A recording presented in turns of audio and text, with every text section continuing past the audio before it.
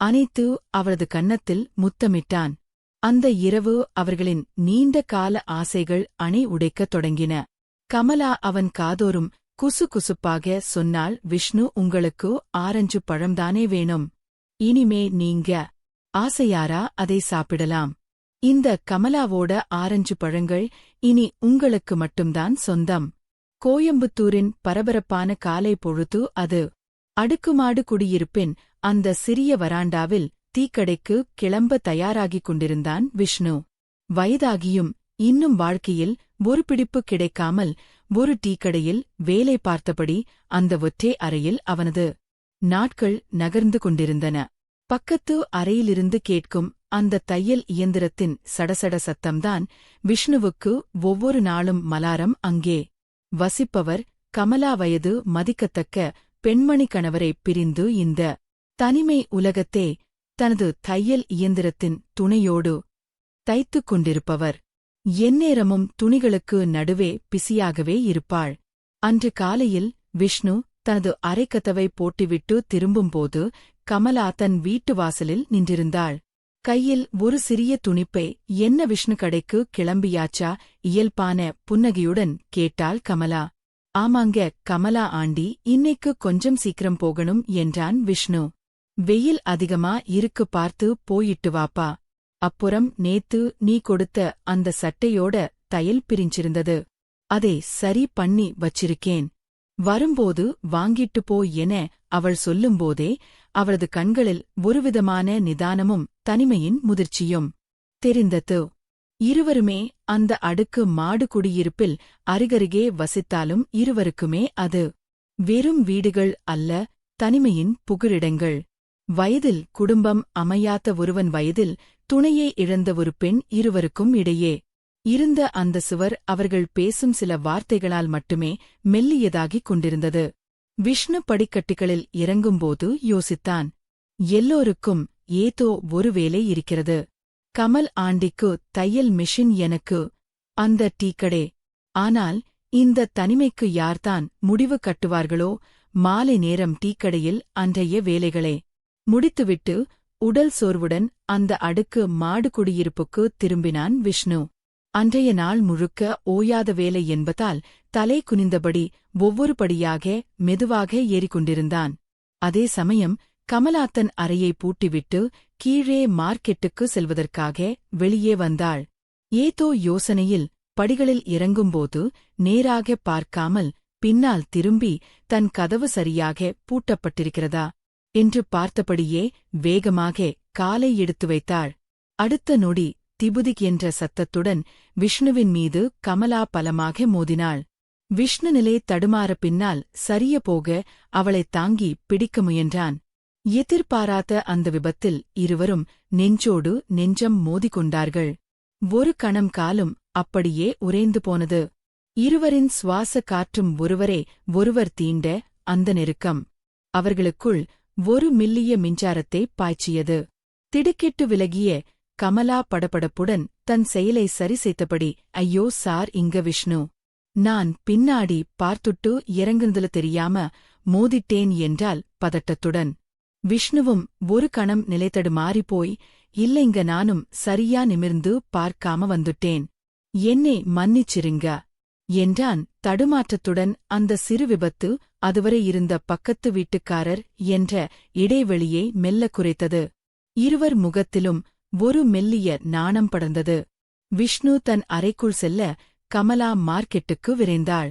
சற்று நேரத்திற்குப் பிறகு விஷ்ணு தன் அறையில் அமர்ந்திருந்தபோது வெளியே கமலா மூச்சு வாங்கும் சத்தம் கேட்டது. ஜன்னல் வழியாக பார்த்தபோது அவள் மார்க்கெட்டில் இருந்து ஒரு பெரிய பிளாஸ்டிக் பாக்ஸ் நிறைய காய்கறிகளையும் பழங்களையும் வாங்கிக் கொண்டு வந்திருந்தாள். அது பார்க்கவே மிகவும் கனமாக இருந்தது. படியேற முடியாமல் அவள் தவிப்பதைக் கண்ட விஷ்ணு உடனே கீழே ஓடிச் சென்றான். என்னங்க இவ்வளவு வெயிட்டாயிருக்கு, நான் உதவட்டுமா என்று கேட்டபடி அந்த பெட்டியின் ஒரு பக்கத்தை பிடித்துக் கொண்டான். பரவாயில்லே விஷ்ணு, நானே மெதுவாய் எடுத்துட்டு வந்துருவேன் என்று அவள் மறுத்தாலும் அவளது உடல் சோர்வு விஷ்ணுவுக்கு தெரிந்தது. விடுங்க, நான் இருக்கேன்ல என்று சொன்ன விஷ்ணு பேட்டியின் மறுபுறத்தை பிடிக்க கமலாவும் ஒரு பக்கம் பிடித்தாள். இருவரும் சேர்ந்து அந்த கனமான பெட்டியை தூக்கினார்கள். அப்படி தூக்கும்போது மீண்டும் அவர்களின் கைகள் ஒன்றோடொன்று உரசின. அந்த பெட்டிக்குள் இருந்த காய்கறிகளும் பழங்களும் அங்கும் இங்கும் அசைய இருவரும் மிக நெருக்கமாக படிகளில் ஏறினார்கள். அந்த தனிமை நிறைந்த மாடி படிக்கட்டுகளில் ஒரு கனமான பெட்டி வழியாக இரு இதயங்களுக்கு இடையே ஒரு புதிய பிணைப்பு உருவாகத் தொடங்கியது. இருவரும் அந்த பெட்டியை சுமந்தபடி மாடி படிகளில் ஏறிக்கொண்டிருந்தனர். பெட்டி கனமாக இருந்ததால் கமலாவின் கவனம் முழுவதும் அதை சரியாக பிடிப்பதிலேயே இருந்தது. அந்த அவசரத்தில் அவள் தோளில் இருந்த செயலே தலைப்போ சற்று விலகியது. அவளுக்கு தெரியவில்லை. அருகிலேயே பெட்டியே பிடித்து வந்த விஷ்ணுவின் பார்வை எதேச்சையாக அங்கே சென்றது. அவனது உள்ளுக்குள் ஒரு சின்ன தடுமாற்றம். அமைதியாக வர முடியாமல் ஏதோ ஒரு குறும்பும் தயக்கமும் கலந்த குரலில் விஷ்ணு மெல்ல பேசினான். கமலா, ஆண்டி பெட்டிக்குள்ள இருக்கிற அந்த 2 ஆரஞ்சு பழமும் என் கண்ணுக்கு தனியா தெரியுது என்றான். கமலா சட்டன் அவனை நிமிர்த்து பார்த்தாள். அவன் எதை குறிப்பிடுகிறான் என்பது அவளுக்கு ஒரு நொடி புரியவில்லை. அவள் அந்த பெட்டிக்குள் இருந்த பழங்களைப் பற்றி பேசுகிறான் என்று நினைத்துக்கொண்டு அதுவா, அது கிலோ ரூபாய். விஷ்ணு ரொம்ப காஸ்ட்லியான பழம் என்றால் மூச்சரைக்க விஷ்ணு லேசாக புன்னகைத்துக் கொண்டே, பார்க்கவே ரொம்ப ஆசையா இருக்கு. ஆனா அது என்னவோ ரொம்ப பெருசா தெரியுது என்றான். ஒருவிதமான அர்த்தத்தோடு அவன் சொன்ன விதம் கமலாவை யோசிக்க வைத்தது. சட்டின தன் தோள் பக்கத்தை பார்த்தவள் செயலை விலகியிருப்பதை உணர்ந்தாள். அவள் முகம் சட்டெனச்சு வந்தது. ஒரு பக்கம் நாணமும் இன்னொரு பக்கம் விஷ்ணுவின் இந்த பேச்சு அவளுக்குள் ஒரு புதுவிதமான உணர்வை தந்தது. உடனே சுதாரித்துக் கொண்டு அந்த பெட்டியை பிடித்தபடியே தோளால் சேலை சரி செய்ய முயன்றாள். பெருசா தெரிஞ்சா என்ன, அதுக்கெல்லாம் ஒரு கொடுப்பினை வேணும் விஷ்ணு என்று அவள் படபடப்புடன் சொல்ல இருவருக்கும் இடையே இருந்த அந்த மௌனம் இப்போது மெல்லிய சீண்டலாக மாறத் தொடங்கியிருந்தது. பெட்டியே அவள் வீட்டுக்குள் கொண்டு போய் வைத்த பிறகு விஷ்ணு வெளியே கிளம்ப தயாரான. ஆனால் அவன் கண்கள் மீண்டும் ஒருமுறை அவரது செயலை விலகிய இடைவெளியில் தெரிந்த அந்த அழகில் நிலைத்து நின்றது. சரி ஆண்டி, நானு வரேன் என்று சொல்லிவிட்டு திரும்பும்போது மெல்லிய குரலில் இந்த பழத்தை சாப்பிட எனக்கு கொடுப்பினை இருக்குமான்னு தெரியலையே என்று முணுமுணுத்துக் கொண்டே தன் அறைக்கு சென்றான். அவன் சொன்னது கமலாவின் காதல் விழுந்துவிட்டது. அவள் முகத்தில் ஒரு கள்ளச்சிரிப்பு மின்னியது.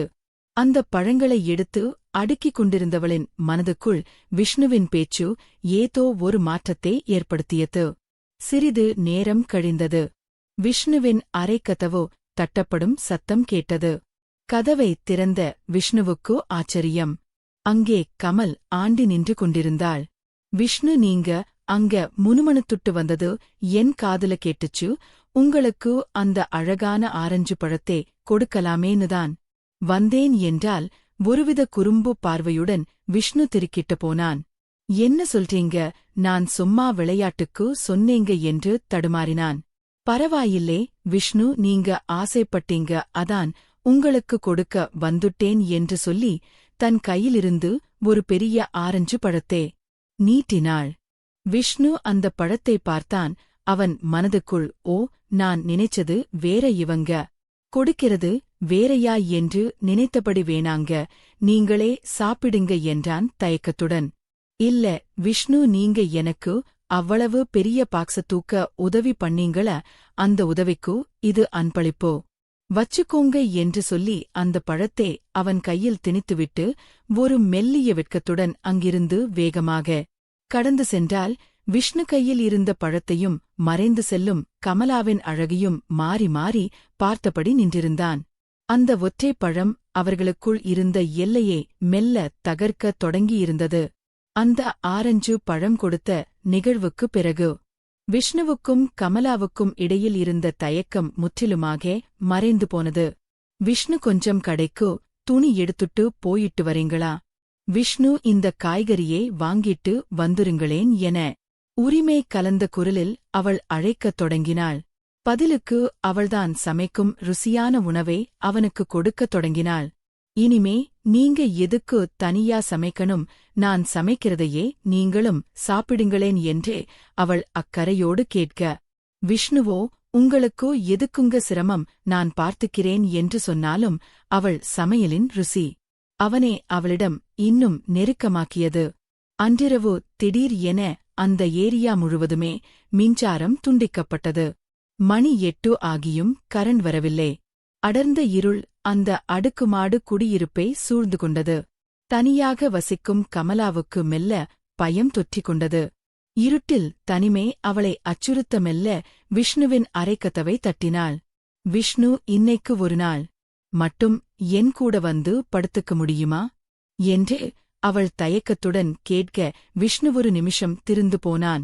என்ன சொல்றீங்க கமலா என்றே அவன் ஆச்சரியமாக கேட்க, அவளுடனே நீங்க நினைக்கிற மாதிரி எதுவும் இல்லே விஷ்ணு. இருட்டா இருக்கு, தனியா படுக்க பயமாயிருக்கு, அதான் துணைக்கு கேட்டேன் என்றால் விஷ்ணு லேசாக சிரித்துக்கொண்டே. அப்படியா, நான் வேற ஏதோ நினைச்சிட்டேன், சரிவாங்க என்று சொல்லி அவளுடைய அறைக்கு சென்றான். இருவரும் கமலாவின் அறையில் படுத்தனர். விஷ்ணு மெல்ல எழுந்து போய் முன்கதவை திறந்து வைத்தான்.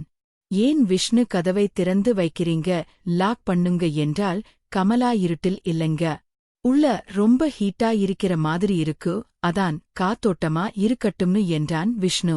வேணாம் விஷ்ணு, கதவை திறந்து வச்சா யாராவது பார்க்க போறாங்க, கதவை மூடிட்டு லாக் பண்ணுங்க, வேணும்னா ஜன்னல திறந்து வச்சுக்கலாம் என்றாள். கமலா. விஷ்ணு எழுந்து சென்று கதவை பூட்டினான். ஜன்னல் வழியாக வந்த நிலவொளி அந்த இருட்டு அறைக்கு ஒரு மெல்லிய வெளிச்சத்தை தந்தது. கதவு பூட்டப்பட்ட அந்த சத்தம் அந்த அறையை இன்னும் நெருக்கமானதாக மாற்றியது. ஜன்னலூரம் இருவரும் படுத்திருக்க இதய துடிப்புக்கள் மட்டும் இருட்டில் சத்தமாக தாழம் போடத் தொடங்கின. அறையில் நிசப்தம் நிலவியது. விஷ்ணுவாயிருந்து தூங்கத் தொடங்கிவிட்டான். ஆனால் கமலாவிற்கு தூக்கம் வரவில்லை. புழுக்கம் அதிகமாக இருந்ததாலும் மின்சாரம் இல்லாததால் வியர்வை வழிந்ததாலும் அவளுக்கு சேலையோடு இருப்பது மிகவும் அசௌகரியமாக இருந்தது. மெல்ல விஷ்ணுவை பார்த்தால் அவன் ஆழ்ந்த உறக்கத்தில் இருந்தான். தயக்கத்துடன் மெல்லத்தன் சேலையைக் கழற்றி ஓரமாக வைத்துவிட்டு உடல் லேசானது போல உணரவும் மீண்டும் படுத்துக் கொண்டாள். சிறிது நேரத்தில் அவளும் உறக்கத்தில் ஆழ்ந்தாள். நள்ளிரவில் விஷ்ணுவுக்கு தாகம் எடுக்க கண்கள் சொர்க்க எழுந்தான். நிலவழியில் ஜன்னலோரம் படுத்திருந்த கமலாவை பார்த்தவனுக்கு இதயம் ஒரு நிமிடம் நின்று துடித்தது. அவளிடமிருந்த அந்த அலாதியான அழகும் நிலவழியில் தெரிந்த அவளது மேனியும் அவனை நிலைகுலைய செய்தது. ஐயோ, இதுக்கு மேல இங்க இருந்தா நம்ம மனசு கட்டுப்படாது, ஏதாவது தப்பா நடந்து போகுது, பேசாம நம்ம ரூமுக்கே போயிடலாம் என்று நினைத்து பதட்டத்துடன் எழுந்து கதவை திறக்க சென்றான். கதவே திறக்கும் சத்தத்தில் கமலா திடுக்கிட்டு எழுந்தாள். ஏன் விஷ்ணு, எங்க போறீங்க என்று அவள் தூக்க கலக்கத்துடன் கேட்டாள். விஷ்ணு திரும்பாமலே, ஒன்னும் இல்லைங்க, தண்ணி தாகமா இருக்கு, அதான் என் ரூமுக்கு போய் குடிச்சிட்டு அப்படியே அங்கேயே படுத்துக்கிறேன் என்றான் தடுமாற்றத்துடன். தண்ணிதான் இங்கே செம்புல இருக்கே, விஷ்ணு குடிச்சிட்டு படுக்க வேண்டியதுதானே என்று அவள் கேட்க விஷ்ணுவுக்கு என்ன சொல்வது என்று தெரியவில்லை. அது வந்துங்க என்றே அவன் இழுக்கை. என்னாச்சு விஷ்ணு, ஏன் ஒரு மாதிரி இருக்கீங்க என்று அவள் அருகே வந்து கேட்டாள். விஷ்ணு மேல திரும்பி அவளை பார்த்துவிட்டு, உங்களை இப்படியே பார்த்துட்டு என்னால இங்க இருக்க முடியாதுங்க, நீங்க இப்படி இருக்க பார்க்கும்போது என் மனசுல ஏதாவது தோணும், அப்புறம் என்னால என்னை கட்டுப்படுத்த முடியாம ஏதாவது ஆகிடும், ஆத்தாம் போறேன் என்றான் உண்மையான பயத்துடன். கமலா ஒரு நிமிடம் மௌனமானாள். அவனது நேர்மையையும் தன்னிடம் அவன் காட்டும் மரியாதையையும் கண்டு அவள் நிகழ்ந்தாள். மேல்ல ஒரு புன்னகையுடன் அவன் கையை பிடித்தாள். அதெல்லாம் பொன்னமாகாது விஷ்ணு, நீங்க எதை பத்தியும் யோசிக்காதீங்க, நீங்க உள்ள வந்து கம்மூனு படுங்க, நான் இருக்கேன்ல என்றால் அவனது பயத்தை போக்கும் விதமாக அவளது அந்த பேச்சு அவனுக்கு ஒரு புதிய தைரியத்தையும் அதே சமயம் ஒரு இனம் புரியாத உணர்வையும் தந்தது. அவளது பேச்சை தட்ட முடியாமல் மீண்டும் கதவை சாத்திவிட்டு அந்த இருள் சூழ்ந்த அறையில் அவளையே பார்த்தபடி விஷ்ணு அமர்ந்திருந்தான். அறையில் நிசப்தம் நிலவ விஷ்ணு மட்டும் என்ன செய்வது என்று தெரியாமல் அமர்ந்திருந்தான். ஏன் விஷ்ணு, இப்படி சும்மா உடாந்திருக்கீங்க, படுத்துக்கலாம்ல என்று கமலா மேன்மையாக அழைக்க அருகில் அவன் தயக்கத்துடன் அவள் படுத்துக்கொண்டான். விஷ்ணு நேராக படுத்த கூரையை பார்த்து கொண்டிருக்க கமலா மெல்ல நகர்ந்து வந்து அவனுக்கே தெரியாமல் பின்னாலிருந்து அவனை இறுக அணைத்துக் கொண்டாள். திடீரென அவரது ஸ்பரிசம் பட்டதும் விஷ்ணுவுக்கு ஒரு நிமிடம் மூச்சே நின்றுவிட்டது போல் இருந்தது. கமலா, என்ன பண்றீங்க? எனக்கு ஒரு மாதிரியா இருக்கு, பயமா இருக்கு என்றான் விஷ்ணு தழுதழுத்த குரலில் இத்துல பயப்பட. என்ன இருக்கு விஷ்ணு என்று பேசிக்கொண்டே சற்றெனா அவனது கன்னத்தில் அழுத்தமாக ஒரு முத்தத்தை பதித்தாள் கமலா. விஷ்ணு திருடுக்கிட்டு, கமலா, நீங்க பண்றது தப்பு என்றான். ஆனால் அவள் அவனை விடவில்லை. இத்துல என்ன தப்பு இருக்கு? நீங்கதான் என்னோட வருங்கால புருஷன். அப்படி இருக்கும்போது உங்களை கட்டிக்கிறதுல எனக்கு எந்த தப்பும் தெரியல என்றால் உறுதியான குரலில். விஷ்ணு ஆச்சரியத்தில் உறைந்து போனான். என்ன சொல்றீங்க கமலா? எனக்கு ஒண்ணுமே புரியல. ஆமா விஷ்ணு, உங்களை எனக்கு ரொம்ப பிடிச்சிருக்கு. என்ன நீங்க கல்யாணம் பண்ணிக்கவீங்களா என்று அவள் நேராக கேட்க அந்த இருட்டிலும் அவரது கண்கள் காதலோடு மின்னின. விஷ்ணு சிறிது நேரம் யோசித்தான். அவனது தனிமைக்கு கிடைத்த மிகப்பெரிய வரமாக அவளை உணர்ந்தான். நிச்சயமா உங்களை கல்யாணம் பண்ணிப்பேன் கமலா, ஆனா திடீர்னு இப்படி ஒரு சர்ப்ரைஸ் கொடுப்பீங்கன்னு நான் எதிர்பார்க்கலை என்றான் நிகழ்ச்சியுடன். இது சர்ப்ரைஸ் இல்ல விஷ்ணு, உங்க நேர்மையும் அன்பும் எனக்கு அவ்வளவு பிடிச்சிருக்கு. தனித்தனியா வாழ்ந்து கஷ்டப்படுறதை விட நாம 2 பேரும் ஒன்னா சேர்ந்து இந்த உலகத்தில் சந்தோஷமா வாழலாம் என்று அவள் கூற விஷ்ணுவின் பயம் மறைந்து காதல் பொங்கியது. அவனும் அவளை திருப்பி அணைத்து அவரது கன்னத்தில் முத்தமிட்டான். அந்த இரவு அவர்களின் நீண்ட கால ஆசைகள் அணை உடைக்கத் தொடங்கின. கமலா அவன் காதோறும் குசு குசுப்பாக சொன்னாள், விஷ்ணு, உங்களுக்கு ஆரஞ்சு பழம்தானே வேணும், இனிமே நீங்க ஆசையாராத்த சாப்பிடலாம். இந்த கமலாவோட ஆரஞ்சு பழங்கள் இனி உங்களுக்கு மட்டும்தான் சொந்தம். உங்க விருப்பப்படி நீங்க சாப்பிடலாம். ஆனா விஷ்ணு, பழத்தை சாப்பிடுற அவசரத்துல இன்னைக்கே சாரை எடுத்துராதீங்க. கொஞ்சம் கொஞ்சமா ரசிச்சு சாப்பிட்டு உங்க பல நாள் பசியே தீர்த்துக்கோங்க என்று அவள் மிக அன்பாகவும் குறும்புடனும் கூறினாள். அந்த மின்சாரம் இல்லாத இருட்டு அறையில் நிலவொளியின் சாட்சியாக இரு இதயங்களும் ஒன்றோடொன்று சங்கமிக்கத் தொடங்கின. அந்த இனிமையான இரவுக்குப் பிறகு விடியற்கால் இப்பொழுது புதிய நம்பிக்கையுடன் பிறந்தது. நீண்ட கால தனிமைக்கு முற்றுப்புள்ளி வைக்க இருவரும் முடிவெடுத்தனர். அடுத்த நாள் காலையிலே விஷ்ணுவும் கமலாவும் குளித்து முடித்து புத்தாடை அணிந்து அருகிலிருந்து ஒரு கோவிலுக்கு சென்றனர். அங்கு ஆறுவாரங்கள் இல்லே, மேல தாழங்கள் இல்லே, பெரியவர்கள் என்று சொல்லிக்கொள்ள யாரும் இல்லே. ஆனால் ஒருவருக்கொருவர் கொடுத்துக்கொண்ட வாக்கும் உண்மையான அன்பும் அங்கே நிறைந்திருந்தது. கடவுளின் சாட்சியாக விஷ்ணு கமலாவின் கழுத்தில் தாலி கட்டினான். தனித்தனியாக இருந்த அந்த 2 அறைகள் அன்று முதல் ஒரு வீடாக மாறியது.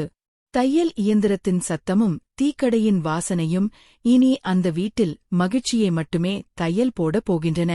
நண்பர்களே, இந்த அழகான காதல் கதை உங்களுக்கு மிகவும் பிடித்திருக்கும் என்று நான் நினைக்கிறேன்.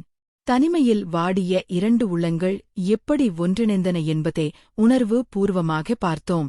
நம்ம சேனலை இன்னும் சப்ஸ்கிரைப் பண்ணாம இருந்தா மறக்காம சப்ஸ்கிரைப் பண்ணிடுங்க. இந்த கதை பிடிச்சிருந்தா வீடியோவுக்கு ஒரு லைக் போடுங்க. உங்களுக்கு அடுத்து எந்த மாதிரி கதைகள் வேணும்னு கீழே இருக்கிற கமெண்ட் பாக்ஸ்ல சொல்லுங்க. உங்களை அடுத்த ஒரு சுவாரஸ்யமான கதையில் சந்திக்கிறேன். எஃப்